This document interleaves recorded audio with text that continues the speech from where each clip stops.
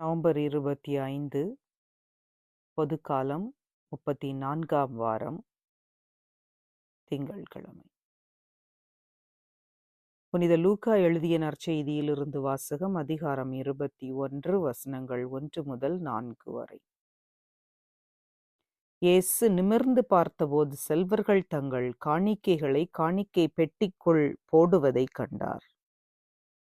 வறுமையில் வாடிய ஒரு கைம்பெண்ணும் 2 காசுகளை அதில் போடுவதைக் கண்டார். அவர், இந்த கைம்பெண் எல்லாரையும் விட மிகுதியாக காணிக்கை போட்டிருக்கிறார் என உண்மையாகவே உங்களுக்கு சொல்கிறேன். ஏனெனில் அவர்கள் அனைவரும் தங்களுக்கு இருந்த மிகுதியான செல்வத்திலிருந்து காணிக்கை போட்டனர்.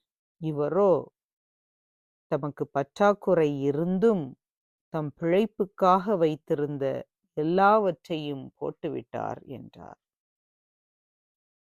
இது கிறிஸ்து வழங்கும் நற்செய்தி. கிறிஸ்துவே உமக்கு புகழ். சிந்தனை.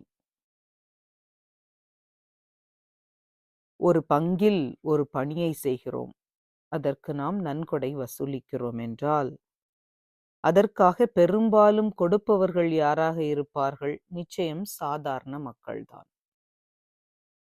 இன்றைக்கு கடவுளின் பணிக்காக தங்களையே தயாரித்து கொண்டிருக்கக்கூடிய பணியாளர்களுக்கு வெளிநாடுகளிலிருந்து உதவி செய்யக்கூடிய மனிதர்களில் பெரும்பாலானவர்கள் சாதாரண மக்கள்.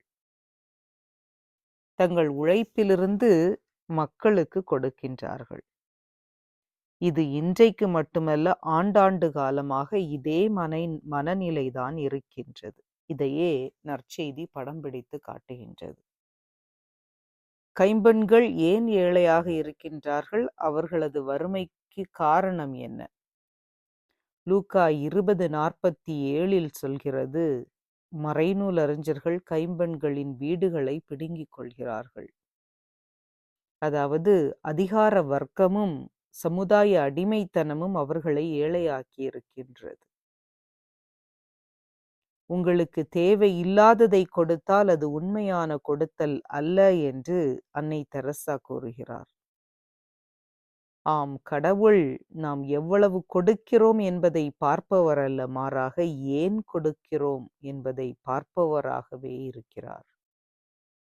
இன்றைக்கு எப்படி பார்த்தால் கொடுக்கிறவர்கள் ஏதோ சுயநலத்தோடு தான் கொடுத்து கொண்டிருக்கிறார்கள். அதற்கு கடவுளின் கைமாறு ஏற்கனவே கிடைத்து விட்டது.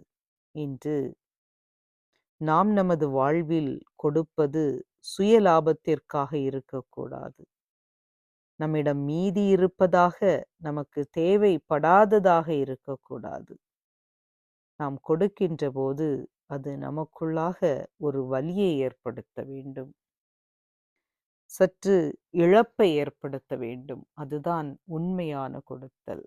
அதனை நமது வாழ்வில் நாமும் செய்வோம். ஜெபங்களும் வாழ்த்துக்களும். ஆமென்.